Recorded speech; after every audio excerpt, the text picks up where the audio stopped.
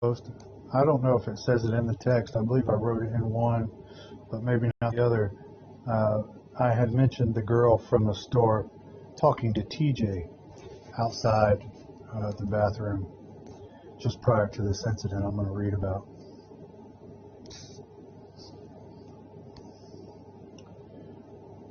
Deemed expendable was looking for help at Greer's downtown market. This was on July 6th.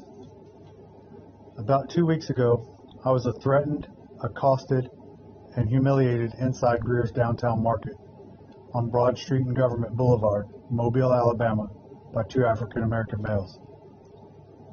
This began by them, for no reason at all, beating aggressively on the bathroom door, demanding that I exit the restroom. I stated that I was fine and would be a few minutes. These men returned a few minutes later, again beating loudly on the door and claiming they were security, and again demanded I leave the restroom, saying they would get the key and unlock the door.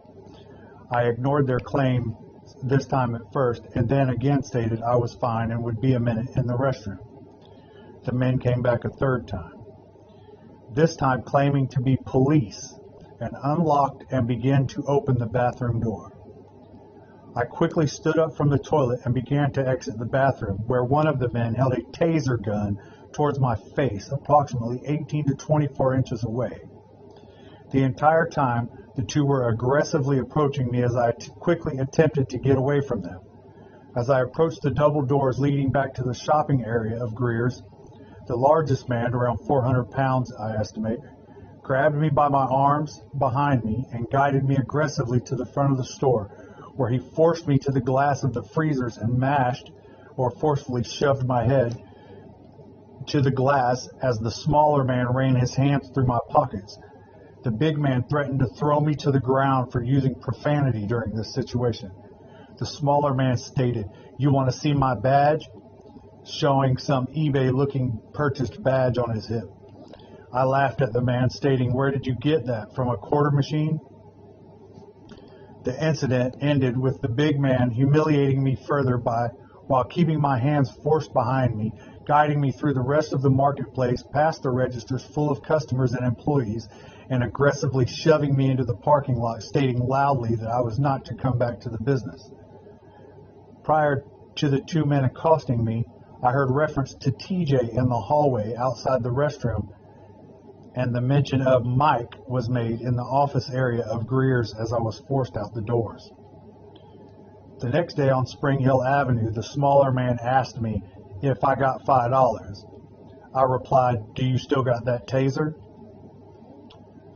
About 30 minutes later, I was supposedly sucker punched by TJ after him coming and acting like he was going to offer an act of goodwill.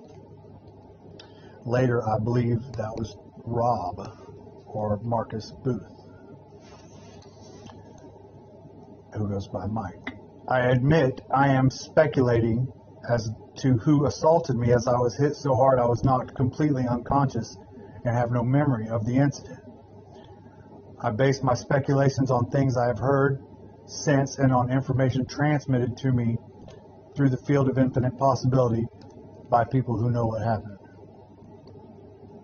I stated for the record that TJ is an under 30-year-old able-bodied man, and I am a 47-year-old male with a history of stage 3 lymphoma. I am of the opinion he could have killed me by assaulting me, and I'm lucky to be alive. I currently suspect I have stage 4 lymphoma, but medical in Mobile County refuses to treat me. They will not even give me a diagnosis. I have been to 6 different medical facilities and turned away by all.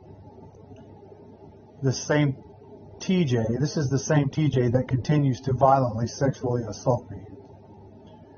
I believe he is the child of Marcus Michaels or Marcus Booth, the tall one of Michaels and Booth,